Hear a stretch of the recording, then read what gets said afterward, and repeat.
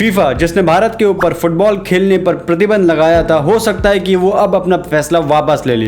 जी हाँ, supreme court ने अपनी ही बनाई हुई कमेटी को निरस्त कर दिया है।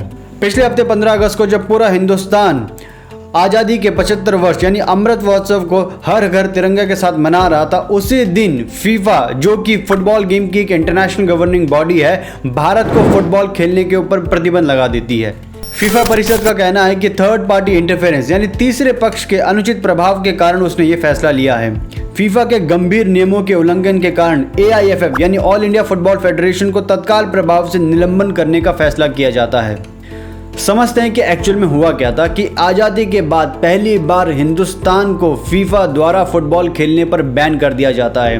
वो कौन सा राजनेता था जिसके कारण ये सारी की सारी चीज़ें हुई है, फीफा क्या है, AIFF क्या है, इन सब को हम अच्छे से समझेंगे और ये भी समझेंगे कि सुप्रीम कोर्ट को क्यों बीच में आना पड़ा।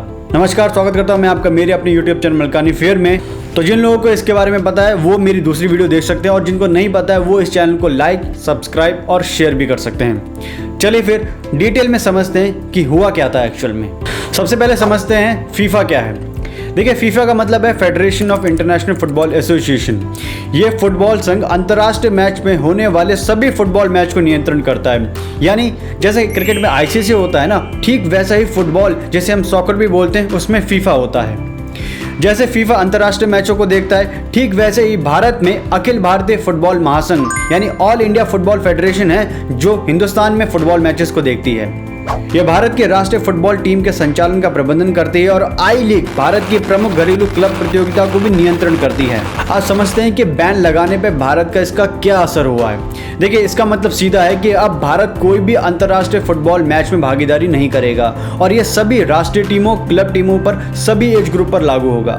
मतलब है कि भारत के बाहर फुटबॉल से संबंधित सभी गतिविधियों पर पूर्ण तरह से प्रतिबंध लगा दिया गया है। और सबसे शर्म की बात यह है कि इसी साल अक्टूबर में भारत में under 17 women football world cup होने वाले थे। हालांकि थोड़ी सी राहत की बात यह है कि फीफा ने अभी तक अपना कोई नया वेन्यू यानी जगह डिसाइड नहीं की कि कहां पे वो फुटबॉल मैच कराएगी। हम आशा करते हैं कि फुटबॉल मैच इंडिया में ही हो, क्योंकि भारत ने बहुत करोड़ों रुपए खर्च करे हैं। फीफा के प्रतिबंध का भारतीय क्लबों पर पहले से ही विनाशकारी प्रभाव पड़ा है, क्योंकि गोकुलम केरल की महिला टीम पिछले हफ्ते प्रतिबंध के कारण AFC क्लब चैंपियन से बाहर हो गई थी। अब बात करते हैं उस नेता के कारण जिसके कारण ये सारी की सारी चीजें हुई है। देखिए, ये व्यक्ति हैं प्रफुल्ल पटेल, कांग्रेस के नेता हैं, बिजनेसमैन हैं और राज्यसभा के मेंबर भी हैं। 2004 में ये केंद्र में मंत्री भी थे। जी हाँ, सिविल एविएशन मिनिस्ट्री इन्हीं के पास था। 2009 में ये AIFF के प्रेसिडेंट चुने जाते हैं। कांग्रेस के प्रिय रंजन दास मुंशी इनसे पहले प्रेसिडेंट थे। अब देखिए इनका प्रमोशन कैसे होता है। 2015 में ये एशियन फुटबॉल कन्फेडरेशन के साउथ एशियन फुटबॉल फेडरेशन के वाइस प्रेसिडेंट के तौर पे चुने जाते हैं। अगले साल 2016 में ये दोबारा से राज्यसभा के मेंबर चुने जाते हैं। दिसंबर 2016 में इनको दोबारा से एशियन फुटबॉल कन्फेडरेशन में सीनियर वाइस प्रेसिडेंट के तौर पे चुना जाता है। अब इनके करियर में बढ़ोतरी होती जाती है। साल 2017 में ये फीफा के फाइनेंस कमेटी के मेंबर के तौर पे 4 साल के लिए चुने जाते हैं। 2019 में ये फीफा काउंसिल के मेंबर चुन लिए जाते हैं। भारत के तरफ से ये पहले ऐसे व्यक्ति हैं जो फीफा में काउंसिल मेंबर, कमेटी मेंबर के तौर पे चुने गए हैं। साल 2022 जुलाई में इसी साल दोबारा से ये राज्यसभा के मेंबर चुने जाते हैं और 2022 तक लगातार 3 बार AIFF के प्रेसिडेंट के तौर पे चुने जाते हैं। अब समझते हैं कि असली कहानी शुरू कहां से होती है। नवंबर 2020 को AIFF के प्रेसिडेंट के लिए आम चुनाव होने थे। प्रफुल्ल पटेल का टेन्योर 2020 दिसंबर में खत्म हो रहा था। प्रफुल्ल पटेल जो कि अब फीफा के काउंसिल मेंबर थे, देश में फुटबॉल के प्रमुख के रूप में अपना पद छोड़ने से इनकार कर देते हैं। भाई साहब बताओ, ऐसे ऐसे राजनेता हमारे देश में हैं। उन्होंने AIFF संविधान के संबंध में एक अदालती मामले के साथ साथ कोविड महामारी का हवाला देते हुए ये फैसला सुनाया। लेकिन फुटबॉल क्लब मिनर्वा पंजाब के प्रमुख रंजीत बजाज ने सुप्रीम कोर्ट में पटेल के खिलाफ मामला दर्ज किया। मई 2022 में यह मामला दर्ज कराया गया था। खेल मंत्रालय ने भी सुप्रीम कोर्ट में अपने एफिडेविट में प्रफुल्ल पटेल के खिलाफ स्पोर्ट्स कोड के उल्लंघन को बताया था, जिसमें वो 12 साल से ज्यादा प्रेसिडेंट के तौर पर बने थे। अब यहाँ पे आपको स्पोर्ट्स कोड के बारे में जानना जरूरी है, जो नेशनल स्पोर्ट्स डेवलपमेंट कोड 2011 द्वारा कांग्रेस की सरकार द्वारा लाई गई थी, ताकि इस देश में अच्छे सुशासन के साथ खेल के प्रबंध में, मैनेजमेंट में राष्ट्रीय स्तर पर बिना किसी के हस्तक्षेप के आजादी से काम किया जा सके। ये इसलिए लाया गया था जैसे प्रफुल्ल पटेल जैसे कई सारे ऐसे नेता हैं जो स्पोर्ट्स में अपना पूरा का पूरा मन लगा के बैठ जाते हैं और कभी हटते नहीं हैं। ये कोड सारे के सारे स्पोर्ट्स बॉडीज यानी कि राष्ट्रीय खेल निकाय में लागू होती है जो भारत सरकार के अधीन है, जैसे कि हॉकी हो गया, बैडमिंटन, रेसलिंग वगैरह वगैरह। राष्ट्रीय खेल संहिता ने उम्र और कार्यालय के संबंध में निर्देश दिए थे। भारत में किसी भी स्पोर्ट्स फेडरेशन में किसी भी प्रेसिडेंट या सेक्रेटरी जैसे पद पर कोई भी 12 या 8 साल से ज्यादा तक नहीं रह सकता और उसकी उम्र की सीमा भी 70 वर्ष तक होनी चाहिए। 18 मई को कोर्ट प्रफुल्ल पटेल को AIFF के पद से हटा देती है और उनकी अध्यक्षता वाली आम सभा यानी जनरल बॉडी एग्जीक्यूटिव कमेटी को भी बर्खास्त कर देती है स्पोर्ट्स कोड के उल्लंघन पर। सुप्रीम कोर्ट अब 3 सदस्यों वाली कमेटी ऑफ एडमिनिस्ट्रेटिव को नियुक्त करती है। इसमें होते हैं former chief election commissioner of India SY Qureshi, former Indian football captain Bhaskar Ganguly और रिटायर्ड जस्टिस अनिल दवे। इनको यह कार्य दिया जाता है कि आपको AIFF के नए संविधान को बनाना होगा और भारत में स्टेट एसोसिएशन यानी राज्य संघों और फुटबॉल क्लबों के सहयोग से स्वतंत्र और निष्पक्ष चुनाव कराने होंगे और साथ साथ ही AIFF के रोज के ऑपरेशंस को भी देखना होगा। अब सवाल ये आता है कि जब यहाँ पे सुप्रीम कोर्ट ने कमेटी ऑफ एडमिनिस्ट्रेटिव का गठन कर दिया था तो फीफा ने थर्ड पार्टी इंटरफेरेंस के लिए क्यों नहीं बोला? अगर उस वक्त बोल दिया जाता तो शायद इंडिया के ऊपर बैन भी नहीं लगता, उसी वक्त ये मसला शायद बहुत जल्दी सॉल्व हो जाता। 20 जून को कमेटी ऑफ एडमिनिस्ट्रेटिव 12 मेंबर्स की एक सलाहकार समिति को नियुक्त करती है जो उन्हें रोज रोज के कामों की सलाह और सहायता प्रदान करती है। एडवाइजरी कमेटी को हेड करते हैं रंजीत बजाज जो प्रफुल्ल पटेल के खिलाफ याचिका करता थे। 21 जून को फीफा और एशियाई फुटबॉल परिषद की 7 सदस्यों की टीम भारत में 3 दिन की यात्रा के लिए आती है सुप्रीम कोर्ट के दिशा निर्देशों के अनुसार चुनाव और संविधान के गठन पर आश्वासन प्राप्त करने के लिए। उसी दिन, अब देखिए कितनी हैरानी वाली बात है, उसी दिन committee of administrative advisory committee को बर्खास्त कर देती है। आरोप लगते हैं कि रंजीत बजाज और जो सेक्रेटरी उनके बीच करप्शन के। 13 से 18 जुलाई के बीच में कमेटी ऑफ एडमिनिस्ट्रेटिव ने फीफा और राज्य संघों को AIFF के संविधान का अंतिम यानी कॉन्स्टिट्यूशनल ड्राफ्ट दिया। 31 जुलाई को संविधान के गठन और चुनाव कराने का समय 13 सितंबर के तय किया गया। संविधान के अंतिम प्रारूप में कई प्रावधानों से राज्य संघ यानी स्टेट एसोसिएशन नाखुश थे।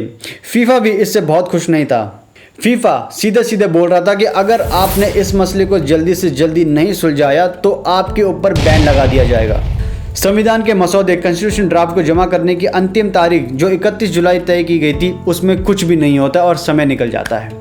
सुप्रीम कोर्ट ने 3 अगस्त को कमेटी ऑफ एडमिनिस्ट्रेटिव से जल्द चुनाव कराने की मांग की थी क्योंकि वो नहीं चाहते थे कि हिंदुस्तान पे बैन लगे क्योंकि अक्टूबर में फीफा अंडर-17 वुमेन्स वर्ल्ड कप का मैच होना था। हालात तब बिगड़ गए जब कमेटी ऑफ एडमिनिस्ट्रेटिव ने अगले अध्यक्ष और जनरल बॉडी का फैसला करने के लिए 50% के वोट का अधिकार 36 फेमस फुटबॉल प्लेयर को शामिल करने का फैसला कर लिया और बाकी 50% स्टेट एसोसिएशन के साथ। यहाँ पे आया था फीफा कहता है कि ये उनके जनादेश के खिलाफ था क्योंकि चुनावों में AIFF का गठन करने वाले निकायों यानी राज्य संघों का 75% से अधिक प्रतिनिधित्व नहीं था। फीफा ने भारतीय खेल मंत्रालय को पहले से ही सूचित कर दिया था कि वो AIFF में खिलाड़ी के प्रतिनिधित्व के खिलाफ नहीं है, लेकिन ये 25% से अधिक नहीं होना चाहिए। इस प्रकार जब 15 अगस्त को COA ने 36 खिलाड़ियों को नियुक्त किया और 28 अगस्त को इलेक्शन कराने का ऐलान किया तो फीफा ने AIFF पे प्रतिबंध लगाने का फैसला कर लिया। अब बात करते फीफा कौन से पॉइंट को लेकर के इंडिया के ऊपर बैन लगाया। सबसे पहला था कि सदस्य संघों को यानी फेडरेशन मेंबर को अपने अपने देशों में कानूनी और राजनीतिक हस्तक्षेप के अधीन नहीं होना चाहिए। अरे भैया, अगर डिपेंडेंट नहीं होंगे तो फिर प्रफुल्ल पटेल जैसे नेता तो कभी निकल ही नहीं सकते हैं। दूसरा जिसकी बात उन्होंने की थी थर्ड पार्टी इंटरफेरेंस। फीफा में थर्ड पार्टी इंटरवेंशन का मतलब ये होता है ऐसी स्थिति जिसमें फीफा का सदस्य स्वतंत्र रहने में विफल रहता है और उसका संगठन पर नियंत्रण नहीं होता। प्रफुल्ल पटेल के साथ यही हुआ था। इसी चीज का फायदा उठाया था प्रफुल्ल पटेल ने क्योंकि वो अपनी गद्दी नहीं छोड़ रहे थे। अब आप सोच रहे होंगे क्या भारत के ऊपर बैन नहीं हट सकता? जी नहीं, फीफा ने सजेशंस भी दिए थे और वो सजेशंस क्या थे ये मैं आपको बता देता हूँ। अब आपको समझ में आ जाएगा कि क्यों ये एक ऐसी सिचुएशन हो गई थी कि जिसमें सुप्रीम कोर्ट ही अपने फैसले के विरोधी हो गया। पहला पॉइंट फीफा ने यह बताया कि COA के आदेश को पूरी तरह से निरस्त करना होगा। इसका मतलब कमेटी ऑफ एडमिनिस्ट्रेटिव को पूरी तरह से बर्खास्त करना होगा, जो कि सुप्रीम कोर्ट कर चुका है। दूसरा यह था कि AIFF प्रशासन को एक बार फिर से रोज अपने दिन प्रतिदिन के संचालन के लिए पूरी तरह से प्रभारी होना था। इसका मतलब दोबारा से AIFF के फेडरेशन को जो पुराना वाला था उसे दोबारा से वापस लौटाना। तीसरी, AIFF अपना संविधान दोबारा बनाए लेकिन फीफा और AFC के नीतियों के साथ। चौथा, चुनाव मौजूदा AIFF सदस्यता संरचनाओं पर होना है जो केवल राज्य संघों पर आधारित हैं। ये सारे के सारे पॉइंट सजेशंस दिए थे फीफा ने कि भैया अगर आप चाहते हो कि भारत के ऊपर से प्रतिबंध हट जाए। सोमवार को सुप्रीम कोर्ट फैसला सुनाती है कि वो कमेटी ऑफ एडमिनिस्ट्रेटिव को निरस्त कर देती है और AIFF के रोज के कामकाज के लिए एक एक्टिंग सेक्रेटरी जनरल को नियुक्त कर देती है। AIFF के 28 अगस्त के चुनाव को एक सप्ताह के लिए स्थगित कर दिया जाता है ताकि परिवर्तन निर्वाचक मंडल और नामांकन प्रक्रिया शुरू हो सके। इसमें कहा गया है कि AIFF की एग्जीक्यूटिव कमेटी में 23 सदस्य होंगे, जिसमें 6 प्रख्यात यानी प्रसिद्ध खिलाड़ी शामिल होंगे, जिनमें 4 पुरुष और 2 महिलाएं भी होंगी।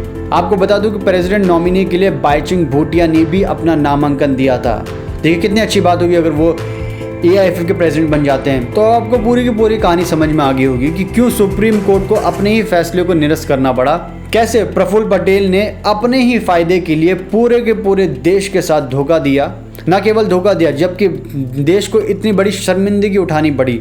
आशा करता हूँ आपको वीडियो पसंद है। अगर वीडियो पसंद है तो प्लीज़ इसे लाइक कीजिए, शेयर कीजिए, सब्सक्राइब कीजिए। मिलते हैं किसी नई वीडियो में किसी नए टॉपिक के साथ। तब तक के लिए धन्यवाद।